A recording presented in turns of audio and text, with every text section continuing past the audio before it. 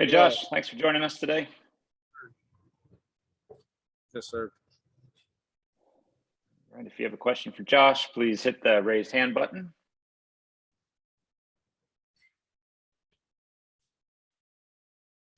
All right, CL Brown, go ahead. Josh, what do you feel like the difference is in you as a player between last year going into that bowl game and coming into Duke's Mayo Bowl this year? I got like 12 games under my belt now, so I'm kind of like a more of like a veteran, and I know what to expect.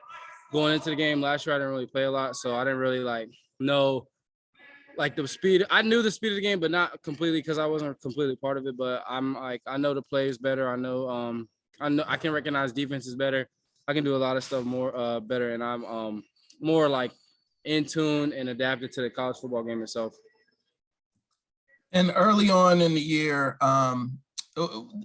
did you notice much of a difference of how teams were trying to defend you? Like once you kind of established yourself as a number one target earlier in the year, did you notice much of a change, towards the latter part of the season? Oh yeah, I definitely had teams more like I had more people like following me with a specific person and having like safety help to my side of the field more and getting more double teams. And then everywhere, a lot of teams we played, like pretty much everywhere I lined up, the defense was calling out like where I was, if anything. So that's one thing I definitely noticed going deeper into the season. And how did you adjust to that? It was more really like Longo adjusting his like play calling and just figuring out different places he can put me to not let them scheme a perfect defense to stop me and trying to like motion me from one side to the other or lining me up in the backfield or something like that. Thank you. Luciano? Hey, Josh, I hope you're doing well and thanks for your time. Two-part question here, if possible. First, Jalen Foster has been named to the All-SEC and Walter Camp All-American teams. What are your thoughts on him and how are you preparing for this matchup? And the second part would be, what have you seen particularly from South Carolina on film that you'll have to face with their defense, and are you preparing particularly for that? I know number 12, he's a good player. Yeah, I've seen that he got all SEC and All American. I know he's a good, really skilled player. Got good feet, good hips. He can tackle well. So I mean, I'm looking forward to that matchup.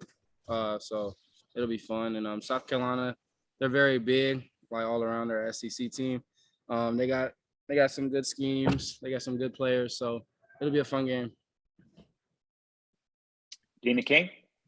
Hey, Josh, I just want your opinion on the recruiting class that you guys signed yesterday, especially in the wide receiver group with Andre Green and Doc Chapman. We got two good, very skilled receivers coming in. So Doc and Andre are very good players, and I'm excited for them to come in and play. But we signed a good class, like number 8 nationally. So they'll definitely come in and help us for next year in the future. So I'm excited about that. Greg Barnes, go ahead. Hey, Josh, to build on CL's questions about kind of the wide receiver position, Phil talks a lot to us about how he wants his receivers to find open grass. I guess, number one, how much flexibility does that allow you within running your routes? And then two, when you see defenses trying to scheme against you, how can you use that to your advantage? We do get a lot of, like, on certain plays, we get freedom to find grass and space. So that definitely does help because I could, like, try to get out of a double team because I have a lot to work with. And that's the main thing. I mean, if there's a play that I feel like I can, that I have a lot of freedom in, that Coach Longo's kind of communicated to me that I have a lot of freedom, then I know I have a lot more to work with and that I can do more to get open. So I use those plays when somebody's trying to scheme against me to get open more. But I mean, if the play isn't meant for me to improvise and get open and find space, then I'll just run my decoy route. And if you're trying to improvise on a route, I mean, how much communication and chemistry is involved with the quarterback? A lot, but yes, me and Sam are on the same page most of the time. So He kind of sees what I see, so it's not like we have a lot of miscues. So I mean, we have a lot of chemistry built up, so I'm not really worried about that. Thank you.